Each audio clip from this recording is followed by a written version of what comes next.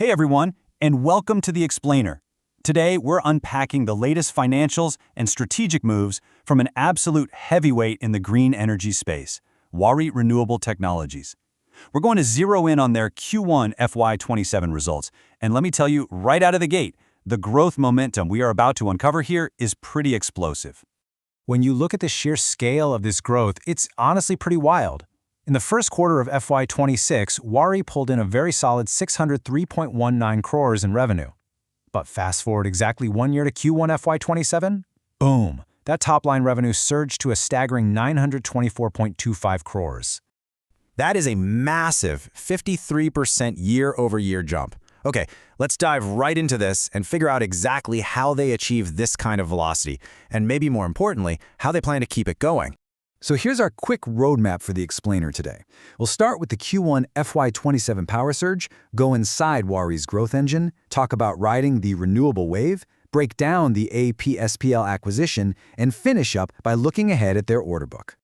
All right, Section 1, the Q1 FY27 power surge, breaking down the numbers. So top-line revenue is great, right? But we really need to know if it's hitting the bottom line, and yeah, it absolutely is.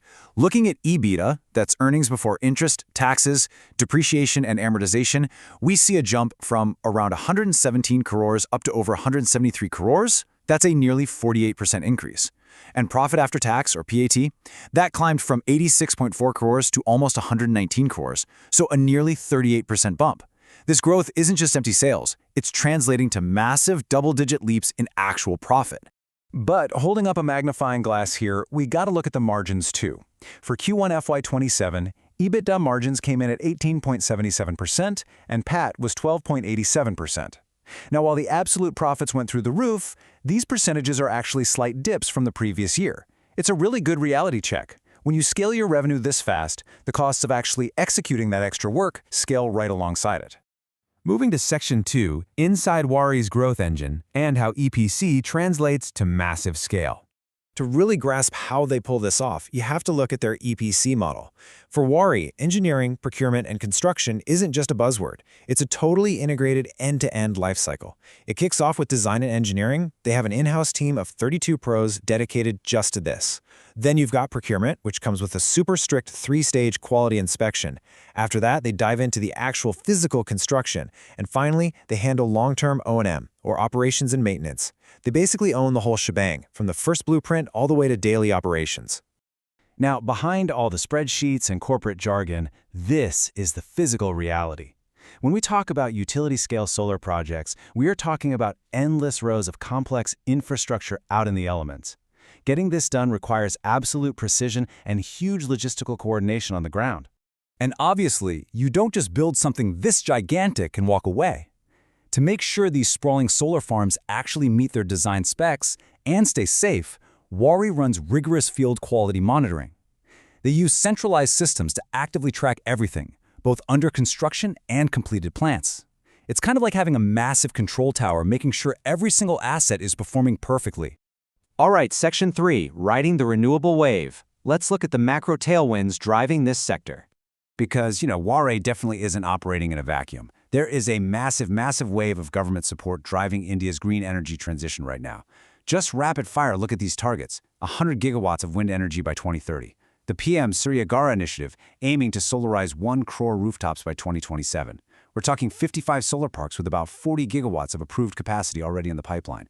Plus, massive PLI, that's production-linked incentive tranches pushing to build 48 gigawatts of solar PV manufacturing. The macro wind is literally at their backs. And to capture all of that, Waaree has mapped out a really comprehensive energy transition strategy.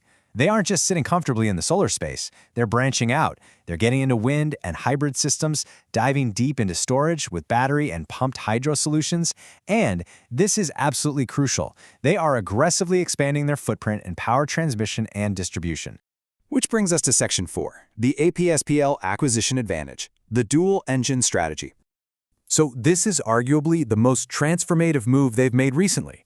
The big question is, how exactly does a company known for generating solar power expand its reach to literally build the grid infrastructure itself? Well, they do it through a highly strategic acquisition. Let's look at the two engines driving this new setup: On one side, you have WRTL, an absolute giant in solar EPC and battery storage, having executed over 5.89 gigawatts. On the other side, you now have APSPL, Associated Power Structures. These guys are heavyweights in power transmission and distribution. They've executed over 10,400 circuit kilometers of transmission lines and specialize in lattice towers. So it's a perfect match. Waaree builds the power generation, and APSPL builds the infrastructure to actually move that power. The real game changer here is that Waaree picking up a 55% equity stake in APSPL isn't just tacking on a new service. It's deep vertical integration.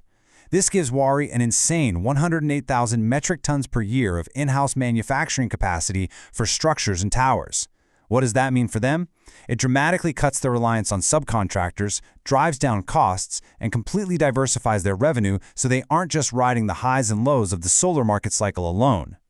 Let's wrap up with Section 5, looking ahead at the order book and seeing exactly what is next in the pipeline. So, with this whole dual engine fully assembled, what does the backlog look like? It is beautifully balanced. On the EPC side, for solar and battery storage, they're sitting on over 2,600 crores of unexecuted work.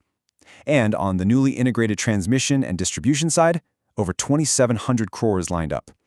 It's almost a 50-50 split, perfectly utilizing both halves of their newly expanded corporate structure. When you combine those two, you get a total unexecuted backlog of over 5,300 crores. That is just a colossal amount of future work already secured by the company. Now try to picture the physical reality of what 5,300 crores actually looks like out in the real world. We're talking about scaling up enormous sprawling installations, erecting literally thousands of transmission towers, and managing quality control across huge geographic areas. The level of on-the-ground execution required to pull that off is monumental. Which brings us to our final thought. Waaree has this corporate motto, execution with pace and comfort, right? Well, with a massive 5,300 crore backlog staring them in the face, the real question is, can they actually maintain that pace and comfort as they scale up this fast?